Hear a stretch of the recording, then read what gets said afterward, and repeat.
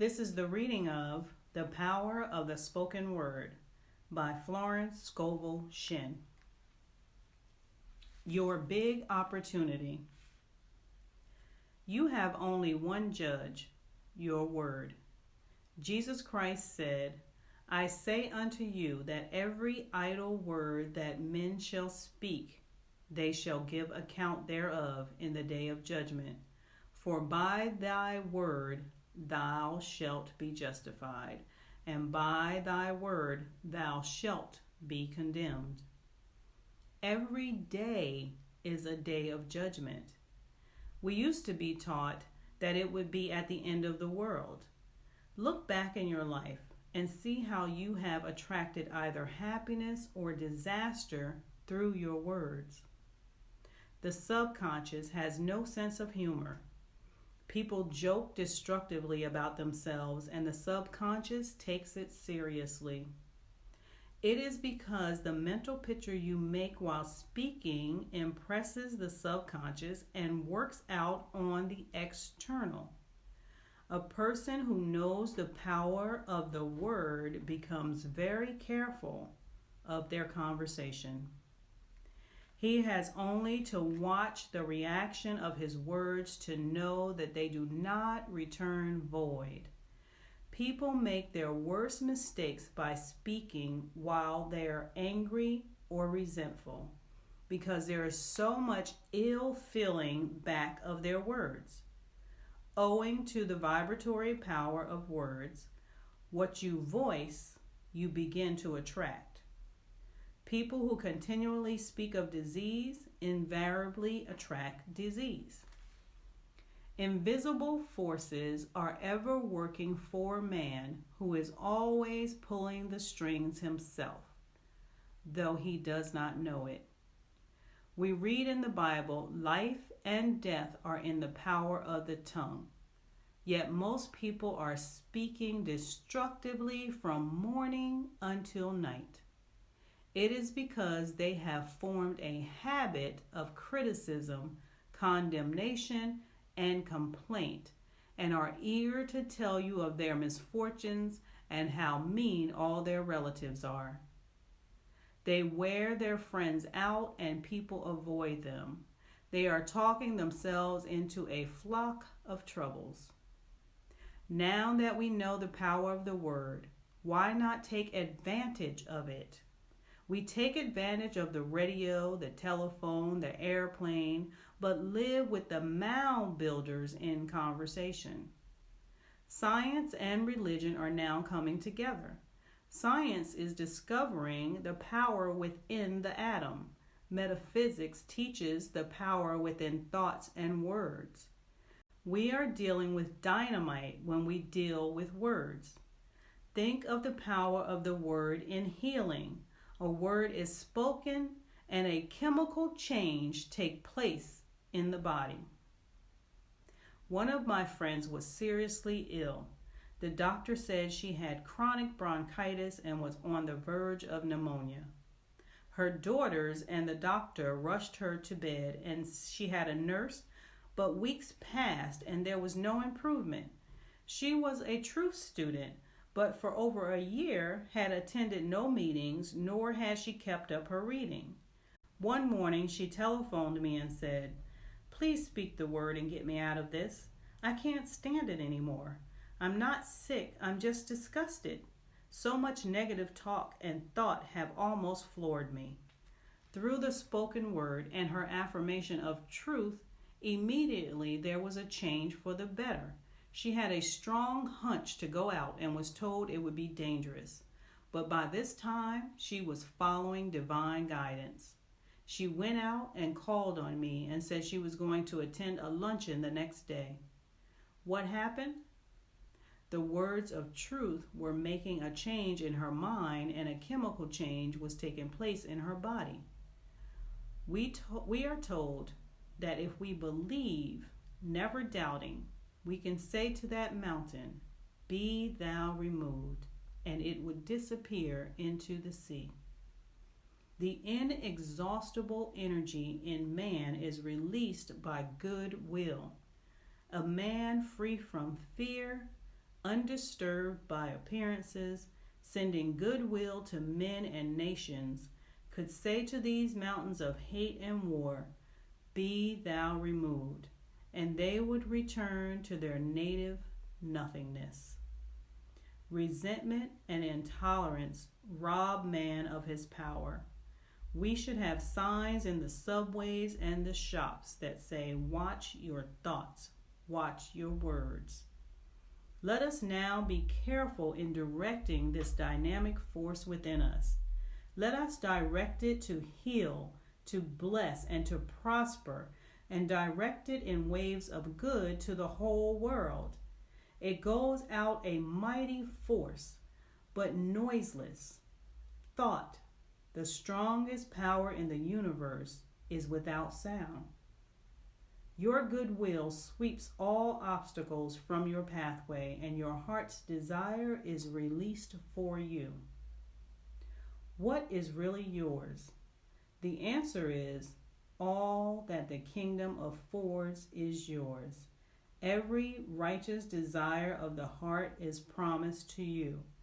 There are 3,000 promises in the Bible, but these gifts can come to us only if we can believe them possible, for everything comes through you, not to you. All life is vibration.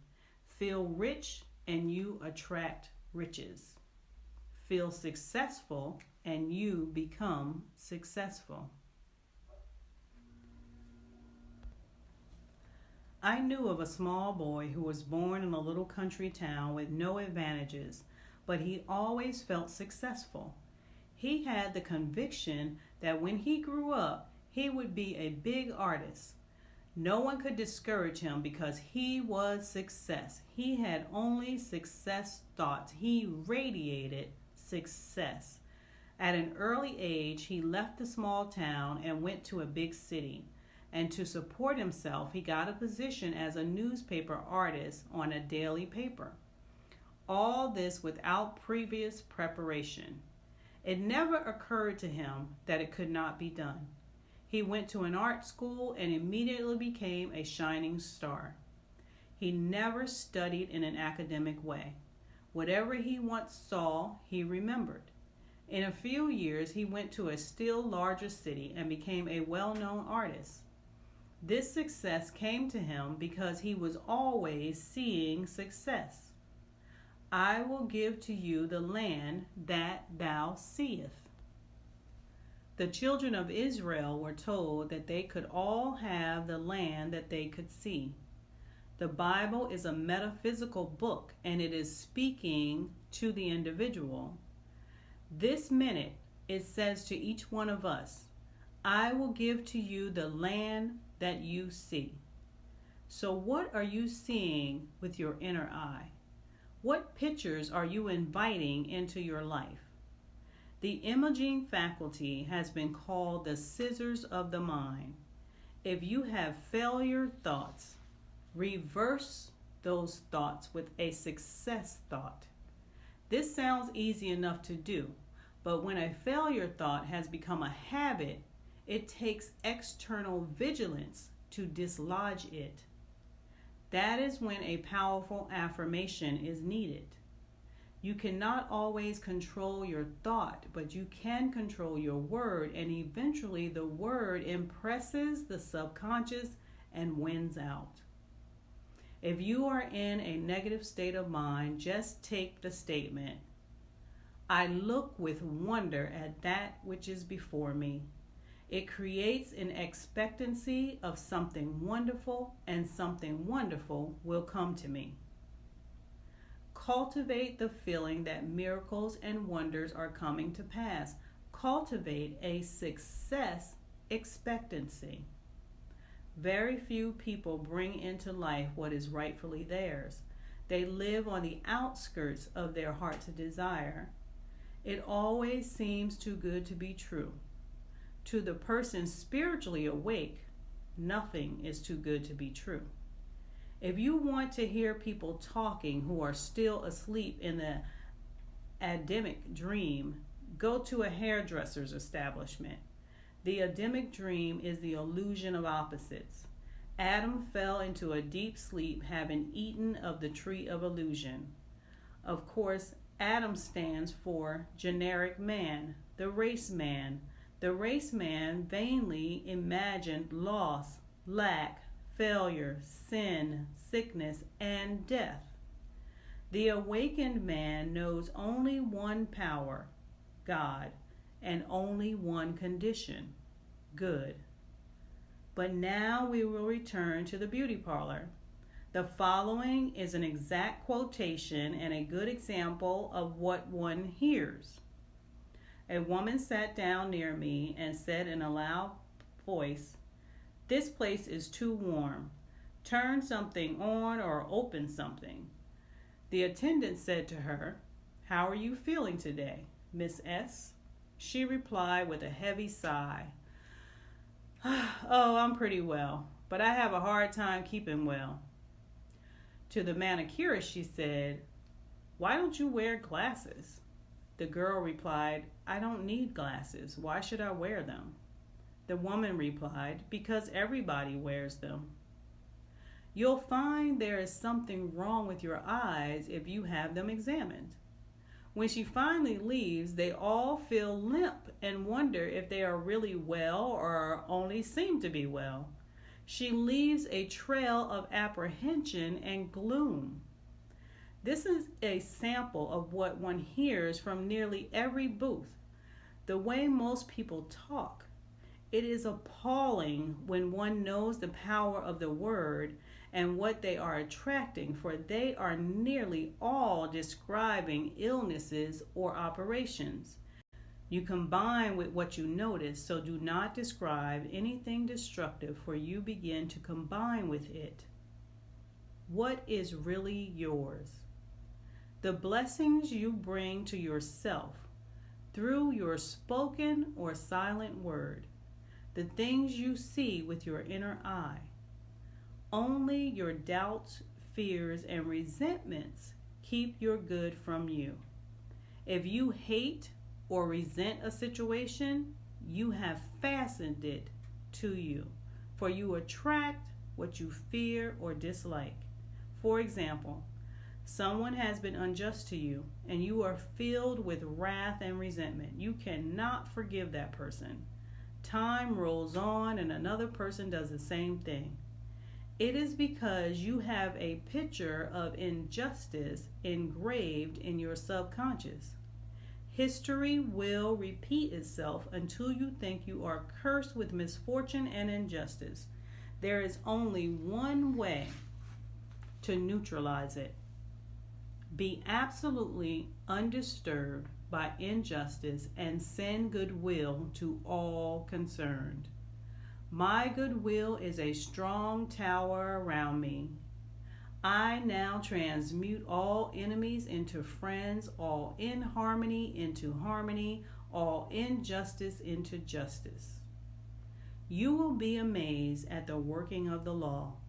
One student brought harmony out of chaos in her business affairs by that exact statement. Do not look back and hash over hard times, or you will be drawn back into these conditions. Give thanks for the dawn of a new day. You must be immune to all discouragement and adverse appearances. All that you desire or require is already on your pathway, but you must be wide awake to your good to bring it into manifestation. After making statements of truth, you suddenly have a flash of realization. You feel old negative conditions falling away. I once said to a woman, "The walls of lack and delay now crumble away, and you enter into your promised land under grace." She said she had a sudden flash of a wall crumbling away and that she stepped over it. Soon after that, the change came, and she really did enter her promised land of plenty. I knew a woman whose daughter's desire was a home and husband. In her early youth, she had had a broken engagement. Whenever a possible marriage appeared on the horizon, she became frantic with fear and apprehension, picturing vividly another disappointment, and she had several. Her mother came to me to speak the word of her right marriage, divinely designed, which could not be interfered with. During the interview, the mother said continually, "Poor Nellie, poor Nellie." I said, "Do not call your daughter poor Nellie again. You are helping her to be demagnetized. Call her lucky Nellie, fortunate Nellie, for you must have faith that God now gives to her the desires of her heart." The mother and daughter persisted in making their affirmations. She now has fulfilled her destiny, for she is Mrs. Nellie. The demon of fear dissolved forever. There are wonderful statements in the Bible referring to the breaking down of negative thought forms. The power of the Spirit is mighty even unto the pulling down of strongholds. The human mind is helpless to cope with these negative thoughts. The victory is won by the God within the superconscious mind. Brethren, whatsoever things are true, whatsoever things are honest, whatsoever things are just, whatsoever things are pure, whatsoever things are lovely, whatsoever things are of good report, if there be any virtue and there be any praise, think on these things. Philippians 4:8. If people obeyed this, general conversation would come to a standstill for a while until people learn to talk about constructive things.